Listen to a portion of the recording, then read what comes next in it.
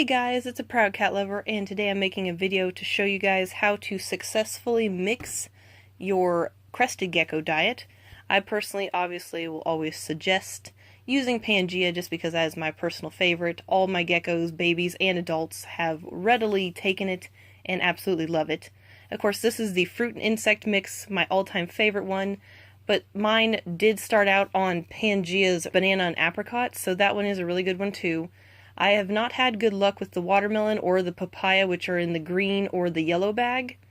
And the fig and insects mine did not like at all. So to get rid of it, I just mixed it together with my other food that I feed.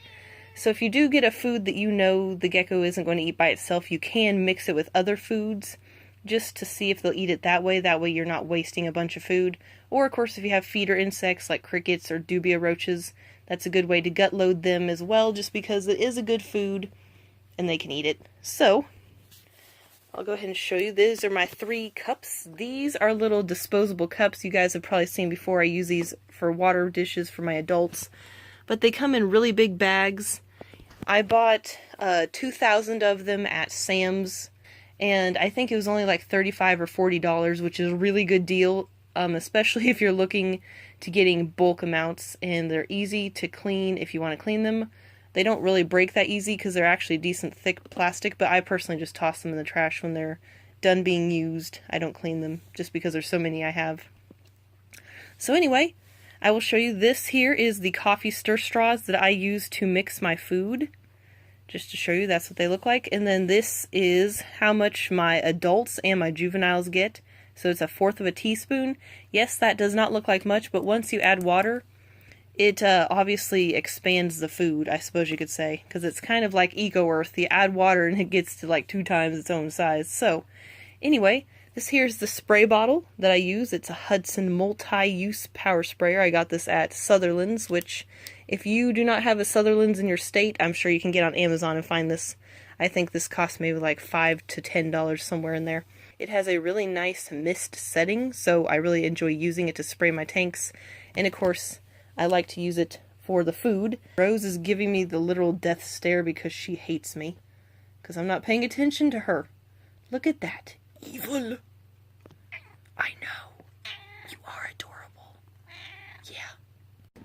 Okay guys, so after some experimentation, I cannot do this without holding the phone because the camera angle is not good, so I'm just going to attempt to do this with one hand. So, and I already mixed one up in the experiment, which I will show you, just so I can kind of give you an idea of what it looks like afterwards, since I can't really mix it very well with one hand, so I have a before and after for you.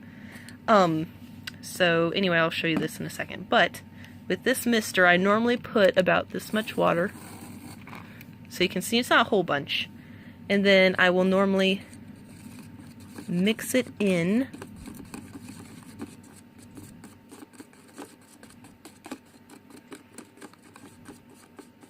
And I will, of course, pick this up in a second so I can mix it a little bit better. Actually, let me see if I can hold it with my feet. You guys can just get to see my feet today. So, because that might be a little bit easier. Just do that. Okay. So I will say real quick, you always want to add the least amount of water, but you know that it's going to get it wet enough to get it to mix. Because you always can add more water, but if you add too much on accident, you're going to have to add more powder because you don't want it to be real soupy. So this is actually a pretty decent, oops, sorry guys. This is actually a pretty decent consistency. You want it to be kind of like a thick ketchup. Okay, I'm going to add just a teeny bit of water because what I like to do is if I'm not going to be immediately feeding the food, I like to add a little tiny bit of water for extra. And Rose literally just chose right now to chase her tail, so if you hear noise in the background, that is what's going on. Because she's a psychopath. So, anyway, this here looks pretty good. Now you may think it looks runny, but as long as it does not drip off of the straw, then it is not too runny. But you obviously do not want it to be too thick, which I will show you. So you can see here, it does move on the straw, but it doesn't immediately drip. So this here is a good one. She's literally going to end up spilling something. Okay, so that one is done. This one here is the one that I mixed up, and you can see the consistency of it here. So it's not like super drippy. It's like the perfect consistency that it stays on the straw. And you can see how easily it moves around in here. So I'll show you with the last one. We won't add enough water on purpose, so I can show you what to do. Okay, so we'll just put a little bit like that. Mix it up.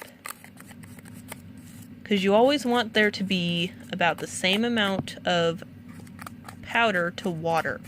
Because if you don't do enough, you're going to end up getting this. See how this is really, I suppose you could say, dry and cakey looking, like cake batter? Obviously you don't want it to look like this because this is too dry. Too dry. Now of course it will look a little weird when you go to fix it. Just add a little bit of water and it will be clumpy. All you have to do, and you can see what I mean, I'll show it to you real quick. See how it's still kind of clumpy? It's really gross looking sometimes when this happens. But if you just mix the water in with the food enough, it will start to smooth out like it's doing right now. I'm just going to add a little extra bit. And like I said, always add a small amount. You don't want to put a whole bunch. I'm not going to purposely ruin mine because I don't want to have to go get more powder out of my refrigerator.